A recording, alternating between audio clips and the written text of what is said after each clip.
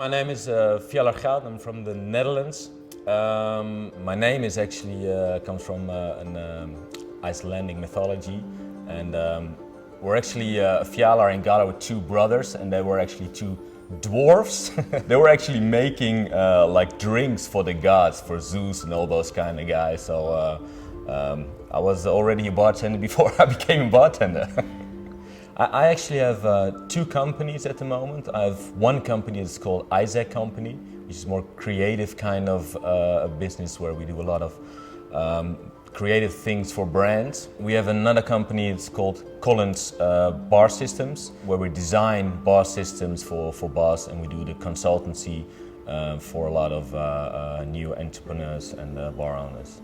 And what you see in a lot of bar design is that the owner or an interior designer gets the biggest say in the matter of designing a bar. It would be best if there is a consultant getting all the people involved in operating a venue that everybody would be happy to work with. So, and especially of course the bartender, because the bartender needs to work behind the bar, and a lot of times that's overlooked.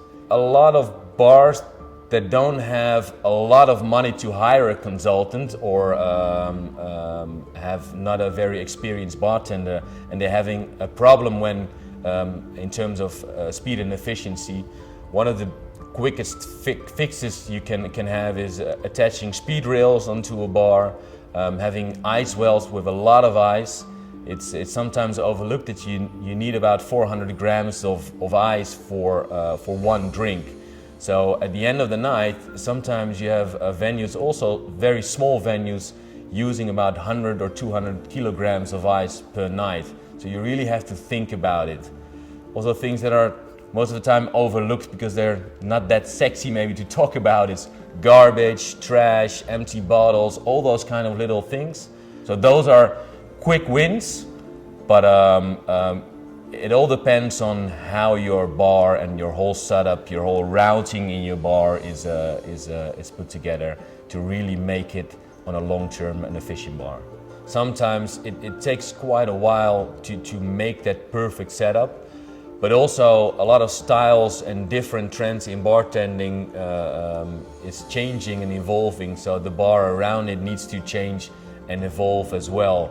If you look at also your station underneath the bar, you see all your garnish boxes, your condiments. Everything is very close by.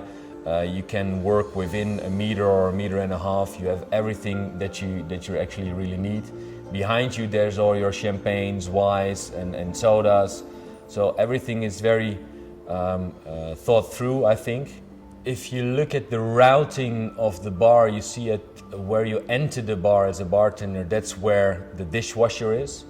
So that's also the place where your barback is doing the dishes. So the bartender can just work constantly on making drinks.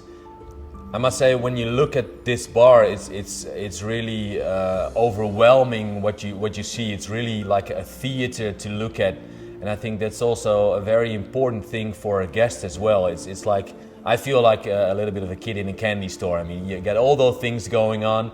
In every corner of the bar, there's something else going on. You got your pistols here and swords, and then you got your tiki mugs. One of an eye catcher here is in the front bar is this absinthe fountain, which is a very classical way of drinking, and actually the right way of drinking absinthe. You need things to tell stories, and this bar tells, I think, a lot of stories.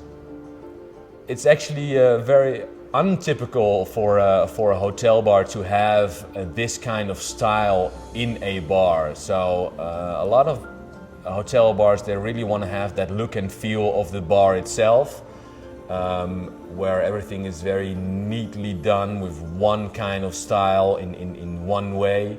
So it's really cool, I think, that the owners of the hotel give Alex so much freedom to really showcase what he is doing as a bartender, and I think that's really cool that he can.